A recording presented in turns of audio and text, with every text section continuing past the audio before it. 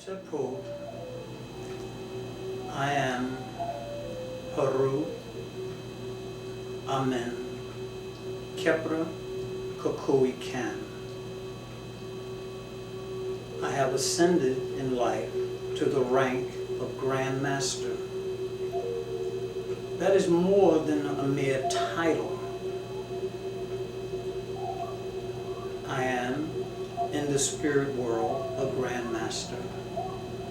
And what that means is that I have come to a point that I have been blessed to aid others in the mastery of themselves, as I have mastered myself previously, with the help of the one Spirit. Some would call Jehovah, others would call Oladamare, others would call Krishna, some would refer to the one Spirit of Buddha, some again might say Jehovah.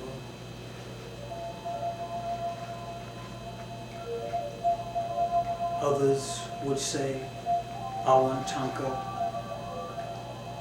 By any name and expression, the one Spirit has many forms and many aspects. I have been blessed to know and master some of those aspects. And then I've been blessed to aid others to do the same, which is where the term Grandmaster comes from. I've also walked this path of a martial life. I am a 10th degree black belt. What that means simply is, again, I have aided others in the mastery of the martial world, of themselves, and therefore they became masters after I had become first a master and then a grandmaster by virtue of the work that I have been blessed to have done to aid them to become masters. What that simply means is I have lived this life, and I've lived this life well. For now, my 62nd year on this earth. I come to you today to discuss not as much the virtue or lack of virtue of my life. I say with clarity, let my work speak for me, and it will be what it will be. I have been blessed to be the keeper of the shrine of Kepra.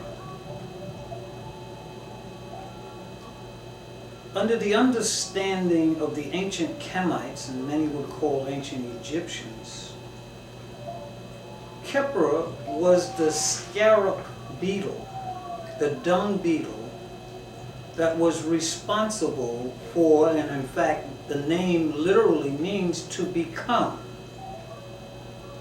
As a noun, Kepra is a name. As an action, it is keparu, and it becomes a verb. It denotes something happening, a transformation, a change from one form into another form. And so Kepra deposits its larvae into dung, feces, waste material, by descriptions that others may give it. But in fact, because of the host, the dung is 90%, or at least very high percentage, protein, and a very small percentage waste materials.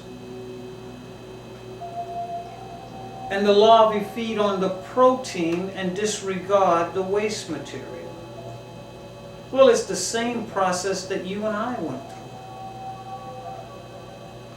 What my mother consumed, I consumed for 9 months. And the waste material passed through her body. And yet inside of her body, I was changing from a water creature into a creature that was able to walk the earth on 2 feet. A true transformation. But today, I'm speaking of the continual transformation that Kepler allows. This is what we might refer to as life after death.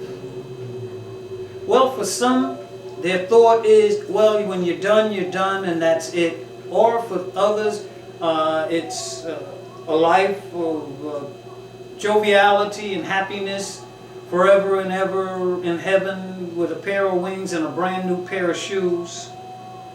For others, it's life walking in eternal bliss on earth, being provided for by spirits who some have walked the earth at one point and then now have become kings and queens over those who will now be treated as children into eternity to remain on earth in a blissful condition.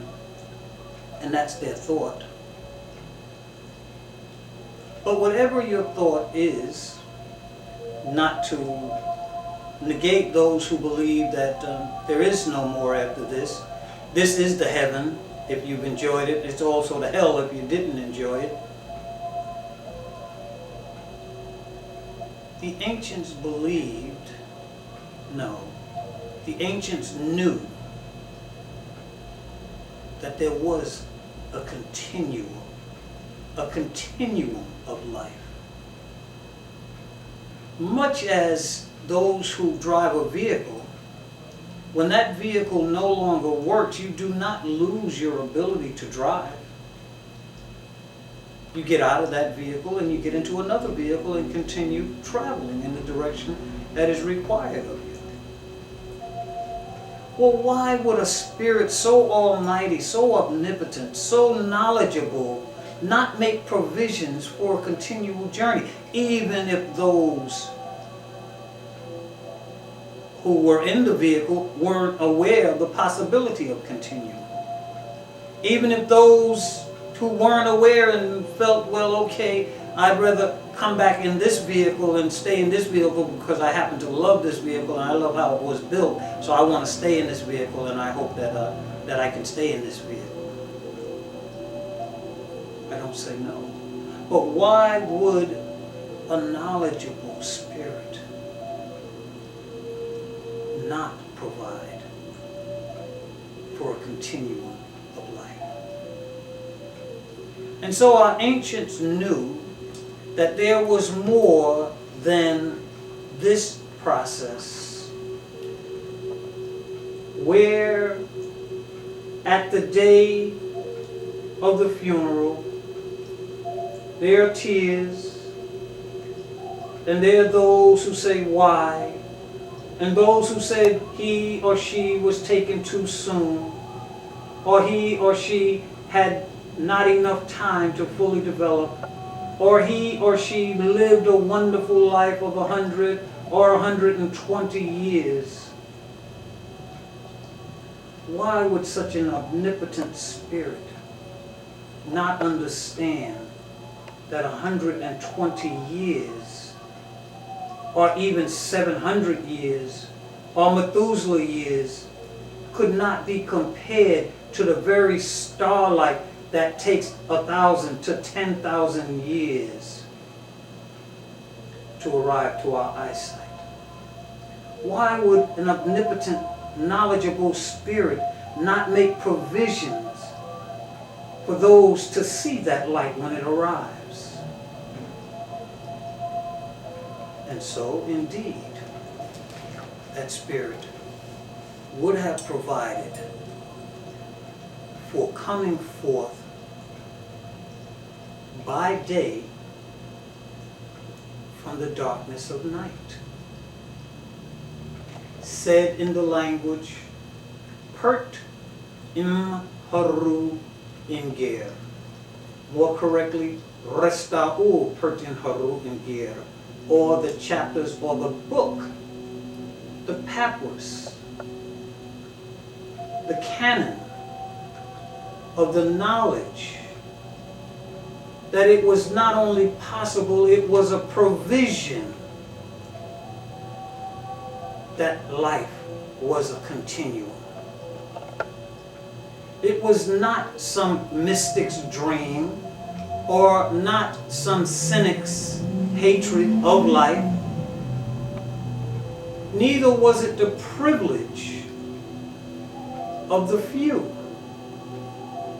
Neither was it the privilege of those who walked the earth in financial gain, more or less taken from someone else or some other people, not in judgment, truly not in judgment, that they should then also continue in that condition into heaven, watching over others in a very father and mother-like manner while their little children live into eternity, never having the opportunity to ascend themselves in a personal relationship of a continual journey. Far before those words were written or understood or misunderstood or understood as opposed to overstood, the words were given before the birth of Musa. That it was not only possible, it was stated as a reality, as a fact, that the process of Keparu, the transforming, would continue